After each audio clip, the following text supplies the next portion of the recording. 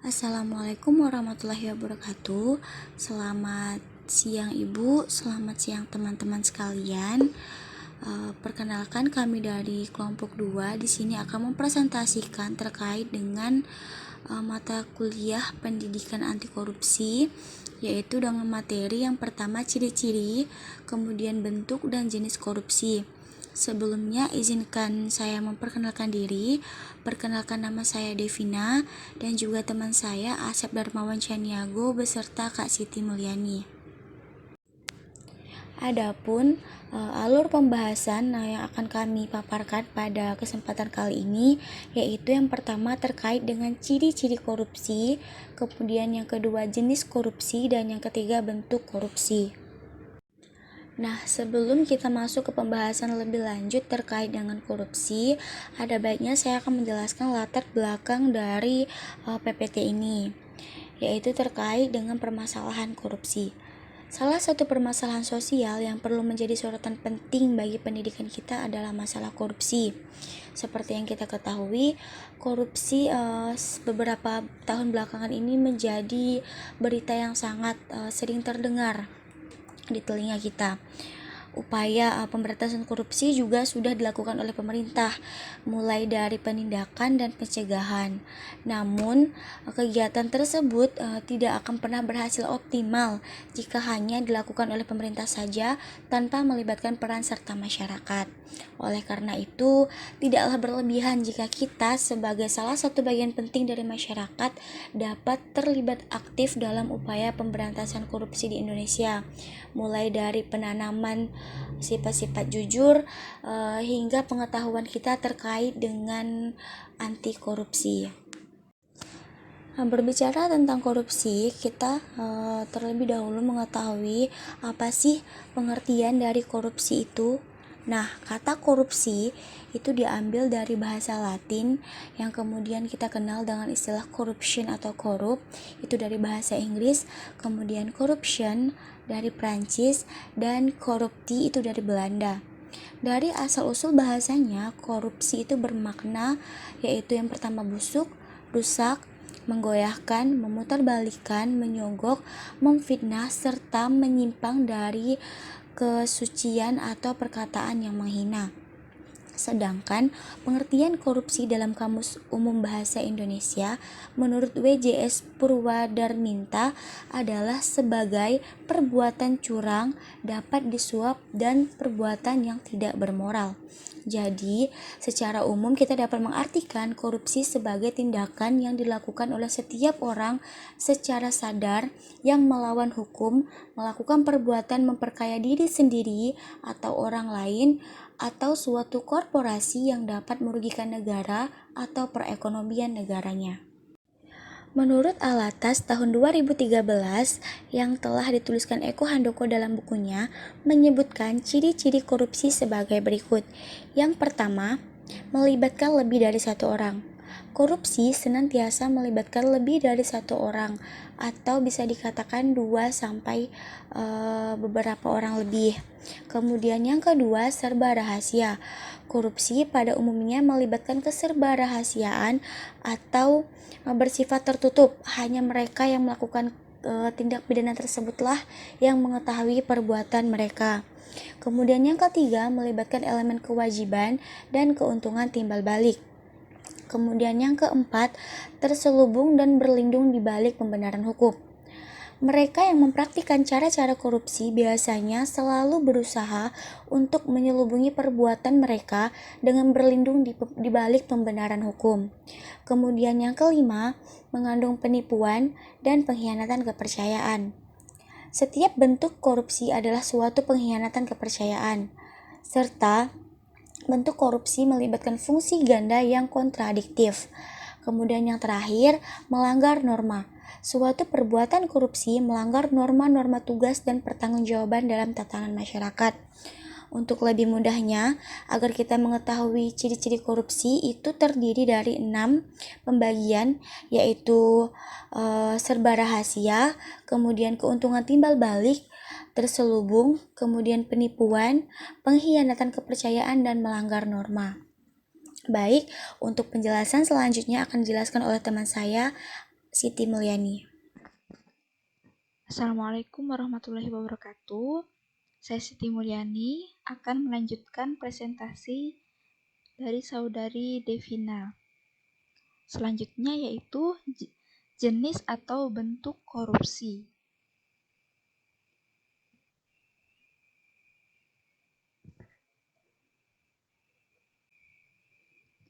Menurut pendapat Zainal Abidin, terdapat dua jenis korupsi apabila dilihat dari besar uang yang dikorupsi dan asal atau kelas para pelakunya. Yang pertama yaitu bureaucratic corruption. Settingnya adalah di lingkungan birokrasi dan para pelakunya adalah tentunya para birokrat. Jenis korupsi ini sering disebut dengan petty corruption, yaitu suatu bentuk korupsi yang dilakukan oleh para birokrat atau pegawai rendahan. Misalnya, dengan cara menerima atau meminta suap dalam jumlah yang relatif kecil dari anggota masyarakat. Lalu yang kedua, jika tadi bureaucratic corruption merupakan korupsi yang kecil, nah yang kedua yaitu political corruption. Pada umumnya, pelakunya adalah para politisi di parlemen, para pejabat tinggi di pemerintahan, serta para penegak hukum di dalam maupun di luar pengadilan. Jenis korupsi ini dikategorikan ke dalam grand corruption, yaitu korupsi yang besaran uangnya dijadikan transaksi relatif besar dan pelakunya memiliki kedudukan tinggi di masyarakat, dunia usaha, dan pemerintahan. Lalu, jika dilihat dari peraturan perundang-undangan, yaitu pada Undang-Undang Nomor 20 Tahun 2001 tentang pemberantasan tindak pidana korupsi. Berdasarkan pasal-pasal yang terkandung, korupsi dirumuskan dalam 30 bentuk tindak pidana korupsi. Nah, ke-30 bentuk tersebut dapat disederhanakan ke dalam 7 kelompok besar, yaitu kerugian keuangan, suap menyuap, penggelapan dalam jabatan, pemerasan, perbuatan curang, benturan kepentingan dalam pengadaan, dan gratifikasi. Tindakan pidana yang pertama yaitu kerugian keuangan.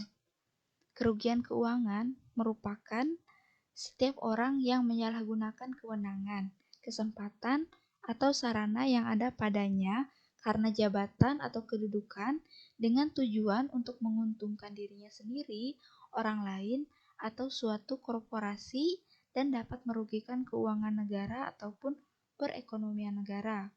Contohnya, misalnya untuk Indonesia, mengapa Indonesia masih merupakan negara yang berkembang, belum menjadi negara yang maju? Karena di Indonesia masih terdapat banyak kasus korupsi, sehingga menyebabkan kerugian pada keuangan negara. Selanjutnya, yang kedua yaitu suap menyuap. Suap atau dalam bahasa Inggris dikenal dengan bribery merupakan sebuah perbuatan kriminal yang melibatkan sejumlah pemberian kepada seorang penerima yang mengubah perilakunya yang bertentangan dengan tugas dan tanggung jawab. Contohnya, ketika ada pengendara motor atau mobil yang ditilang oleh polisi, lalu pengendara tersebut memberikan sejumlah uang kepada polisi agar pengendara tersebut tidak ditinjak-lanjuti sebagai pidana. Lalu selain itu, misalnya untuk pengusaha konstruksi yang menyuap pejabat pemerintah yang berwenang untuk menangani tender proyek tersebut, ataupun koruptor yang menyuap hakim agar diringankan untuk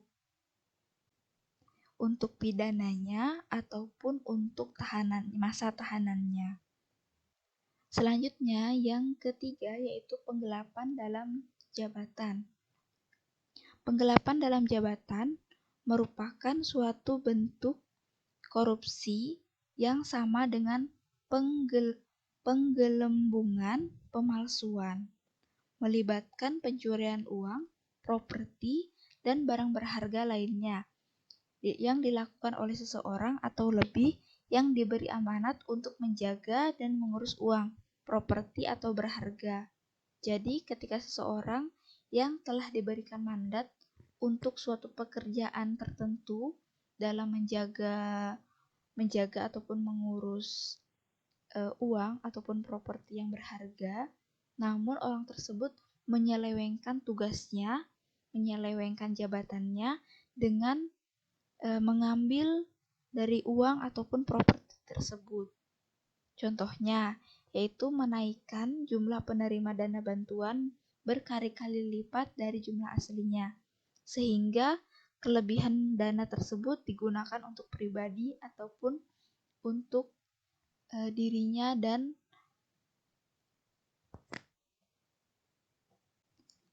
klien ataupun koleganya.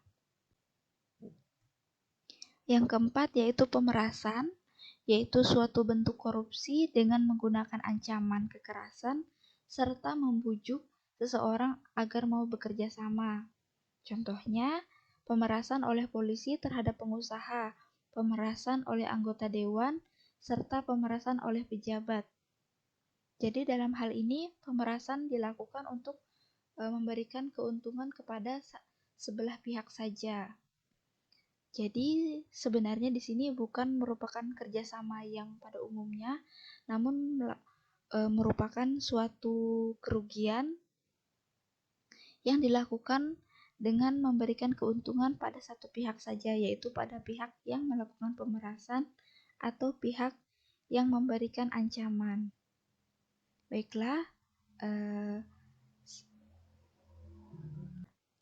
Baiklah, sampai di sini materi yang dapat saya sampaikan. Selanjutnya akan dilanjutkan oleh Saudara Asep. Kepada Saudara Asep Darmawan, dipersilahkan. Oke, terima kasih. Baik, saya akan melanjutkan presentasi tentang jenis atau bentuk perbuatan korupsi. Yang pertama, kemudian adalah perbuatan curang, yaitu perbuatan curang yaitu adalah suatu bentuk korupsi yang berkaitan dengan perbuatan curang. Jadi korupsi perbuatan curang ini artinya memanipulasi yang dimana yang data tidak sesuai. Contohnya seperti ahli bangunan atau penjualan bangunan melakukan perbuatan curang pada waktu membuat bangunan atau menyerahkan barang bangunannya sehingga membahayakan orang lain, ditambah dengan pengawasan proyek yang membiarkan kegiatan curang itu terjadi. Jadi perbuatan curang ini seperti membeli barang yang tidak sesuai dengan kualitas ataupun perbuatan curang ini ketika melakukan kegiatan apa mengeluarkan dana sekian tapi ditulis di data menggunakan data yang berbeda. Artinya perbuatan itu disebut perbuatan curang, dan berbagai banyak contoh yang dilakukan tentang korupsi, bagaimana korupsi perbuatan curang ini, bagaimana korupsi perbuatan curang ini sering kita temuin di masyarakat atau di sekitar kita, baik di perkantoran ataupun di pengusaha dan yang lainnya, banyak kita temui. Artinya perbuatan curang ini perbuatan yang dilakukan atau mengurangin untuk keuntungan diri sendiri.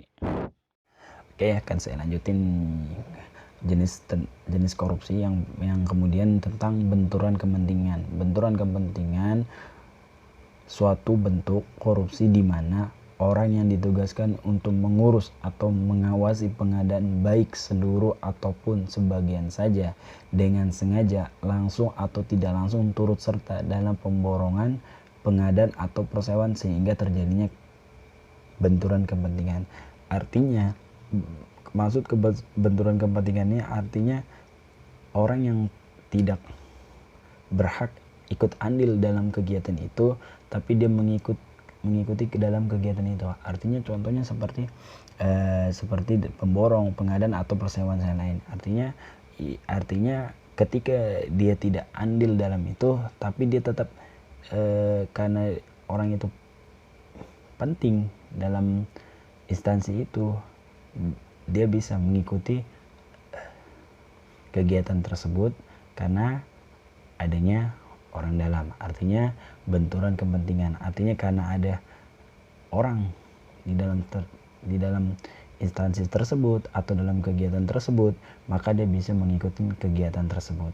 Artinya benturan kepentingan ini lebih tepatnya orang yang tidak diperlukan tapi dia ada dalam kegiatan tersebut. Oke, saya akan lanjutkan.